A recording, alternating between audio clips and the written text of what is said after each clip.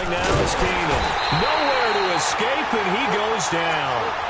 That I'm struggling to understand a little bit.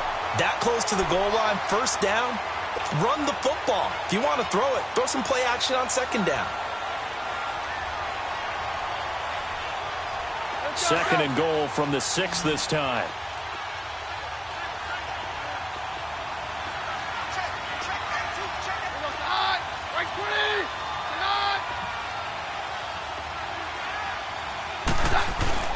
On second down, here's Keenum. And he will score. Touchdown, Denver. Case Keenum, his second touchdown of the afternoon. And the Broncos will extend their lead.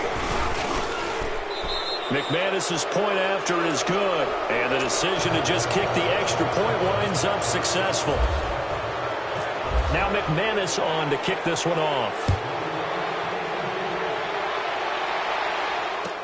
That'll be taken in the end zone.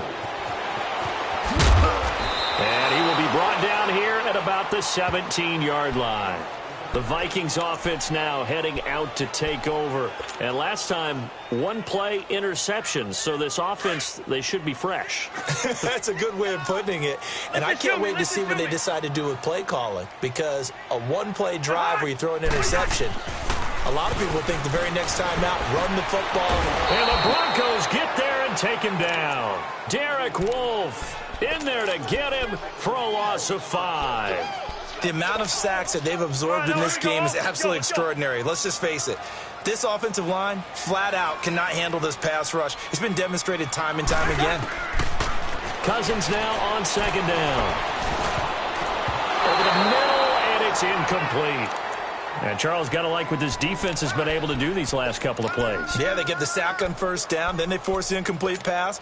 Now they're just a play away from getting the football right back, but it's a big play. They've got to hold up. An incomplete pass on that last play, and that means they'll need to come up with something here on third down. Here's Cousins. And the pressure too much that time as Cousins goes down. Von Miller in there to pick up his second sack now of the afternoon. And he'll try and hurry the kick, gets it away, but it's not looking that great. And that one didn't accomplish a whole lot. It'll be down inside the 35-yard line. And Denver getting set to take the field. And that recipe on their last drive that resulted in a touchdown looked pretty good, so they'll be hoping to do that once more. And it takes me back to when we sat with the offensive coordinator and the head coach. They felt pretty good about their game plan and thought there were some holes in the defense, and they exploited them the last time out. Let's see if they can come back and put together a similar drive. And we'll see if they can do just that. A gain of 3, second down. Third quarter and you've got the lead. You're not ready to go into that 4-minute offense to close the game out, but a running game can really benefit your team right now.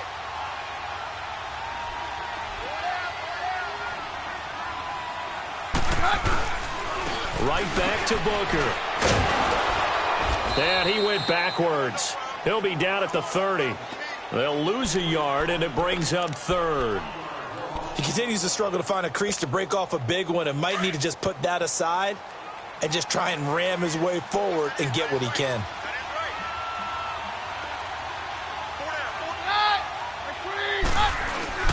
Throwing on third down, Keenum. And he's going to be taken down. Pressure gets there back at the 39-yard line. Emerson Griffin coming in to drop him for a loss of 8, and it'll be fourth down.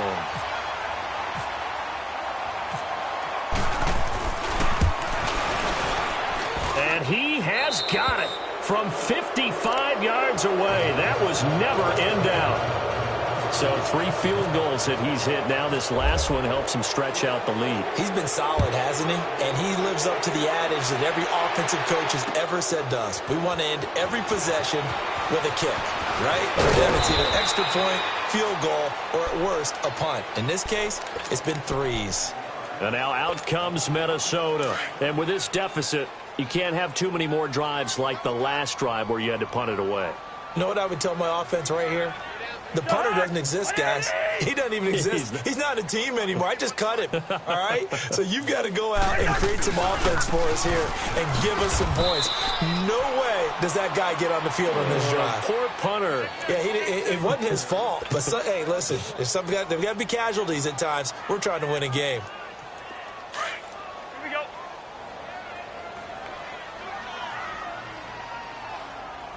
Three down. Second down, Cousins. Now he'll dump it underneath to his running back, complete. And he's brought down after a good gain. A good pickup there of 20 yards. And just in general, Charles, on a play like that, how tough is it for the defense to account for a running back essentially being a receiver downfield? It's very difficult, especially if the running back has skills like a receiver, and you're aware of that before the game even begins. So throughout your practice sessions, you're going to want to be aware of him. Where is he lining up? What can he do? What kind of damage can he do to us downfield? And who can match up with him without weakening our overall defense? You're exactly right. It's a tough task to match up to him. That pass play wound up for negative yardage, so here's 2nd and 11. That was 2nd down run for Murray. And he is going to be stopped cold behind the line of scrimmage. And we return, welcoming you back to Minneapolis.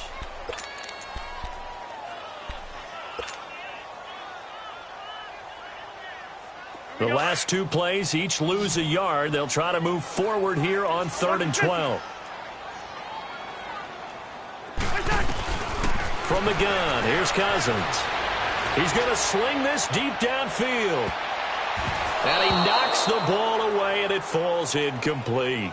This defense is continuing to contest every deep ball that is thrown downfield. And, look, it doesn't matter whether you're playing man or zone. Eventually, that becomes man on man. And you've got to trust yourself and go up at that moment of truth and make a play on the football. Hey, Clifford. Here we go. Desperation time. Cousins on 4th down. Open man is Thielen. It's complete. And he's taken down, but not before he gets this into enemy territory across the 40. No reason not to try it there, and they do indeed convert on 4th. Cousins now 6 for 6 since coming back out of the locker room. It's 1st and 10. 2. Cousins now to throw on 1st down. The open man here is Conklin. And this time not quite to the 30. It'll be down at the 31-yard line. A gain of 6 there on 1st. You got the big lead defensively. Willing to give him that underneath stuff, right? And this is why you work on your tackle. Tackle him after the catch, inbounds, keep the clock running. Just go ahead and bleed the game out that way. A nice pick up there, 10 yards, and it'll move the sticks. Now a play fake here on 1st down. Being chased out left. Now the hit comes, and Cousins lost the football. And this is going to get out of bounds, so they will gain a bit of yardage on the play, actually, and they'll hold on to the football as well.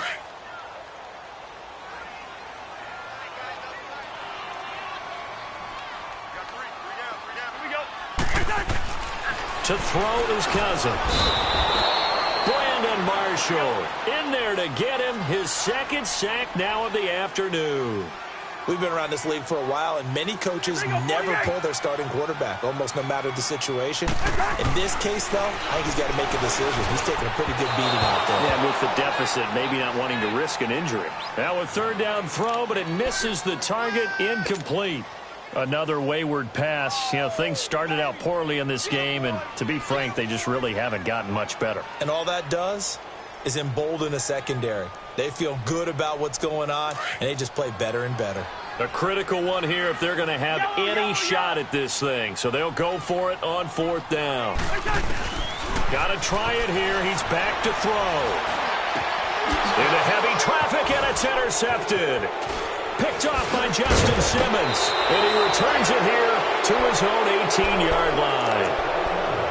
Well, this defensive pressure has been constant all game long. The pass rush, the coverage, they've all been excellent, and now they'll tack on an interception here as this one continues to slip just further and further out of hand. They'll run with Freeman here to begin the drive. And he is met in his tracks behind the line of scrimmage. It's a loss of 2 there, bringing up 2nd down. Well, Brandon, pace comes into play now because they've got the advantage. They've got the football, but they've got to be very careful about what speed they're going to play. You know, my music teacher back in New Paltz, Mrs. Bythema Bagley, used to say, don't go prestissimo when you really want to go largo. And what she meant by that is don't go too fast when you really want to go at a nice, slow, deliberate pace. Blitz coming, and down he goes. Daniil Hunter. He's the one that got to him. He takes him down for a loss of 9. So what's the word I'm looking for here about how this drive just started? Disjointed?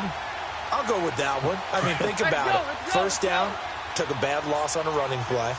Take the sack on second down. Now they got to come up with something big here on third. Third and long. It's Keenum. Wide open receiver, complete. And they'll bring him down at the 27-yard line. An incredible play there. They do get big yardage, but they're still stopped a yard or two short, and it's fourth down.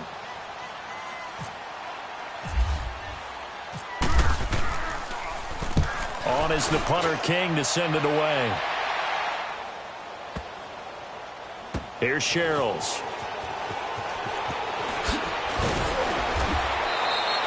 12 yards on the return that time. And the Vikings will take over here, 1st and 10. And now out comes Minnesota. And there are parts of their last drive they'd like to emulate. And, of course, they'd like to forget the inning, the interception. But they did put together, Charles, a nice sustained drive to get him down the field. Yeah, and unfortunately for them, the only thing that matters is part 2, right? Because once they threw the interception and finished off the drive, that does them no good to go back and say, well, you know, we had a good one going. Finish things off. That's the only way you can get it done. From the shotgun, it's Cousins. He's going to fire this thing deep right sideline. And he's unable to grab it. Thought he might have had position, couldn't hold on, third down. I know he wants to get his team back in the game, but a 50-50 ball right there that maybe was a little questionable. Yeah, he's pretty lucky to get that one back. I think that sometimes these quarterbacks play with a lot of confidence that borders on arrogance, and that can put your team in some Dutch. Yeah, especially maybe want to look at some safer routes after the interception he had that ended their last drive. That, his first catch so far. They've held him under wraps, but he's got a first down there.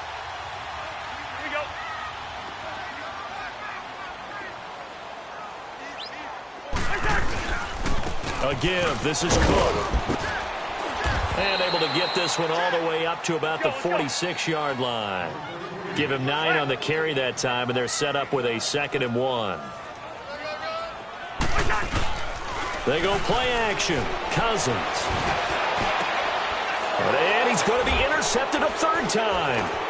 Picked off by the corner, Bradley Roby. And the return comes to a halt right at the 44-yard line. Time for a break.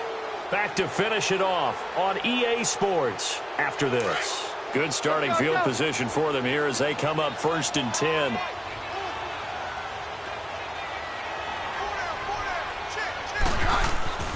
Throwing now, Keenum. Oh, he's got a man wide open, complete. And he is down deep into Minnesota territory. And give him a gain of 37. You know I'm going to lean towards the defender, right? You know I'm going to do that. I know. That's a tough situation for him as I see it. But the truth of the matter is, that ball was not streaking towards him. Had a little arc on it. He's got to find a way to get his head around to make a play on the football. Yeah, we're good, we're good.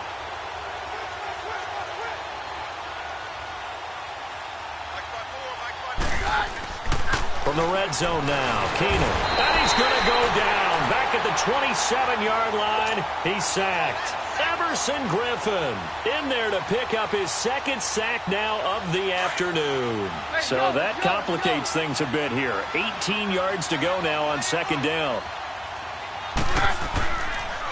On the handoff, this is Booker. And he's going to bring this one down to right about the 20-yard line. It's a gain of 7 on the ground, but they'll be faced with 3rd and long. And there we saw one of the downsides of blitzing during a rundown, because sometimes you get out of your gaps. You don't fit the run quite as well because you're headed towards the ball carrier with abandon.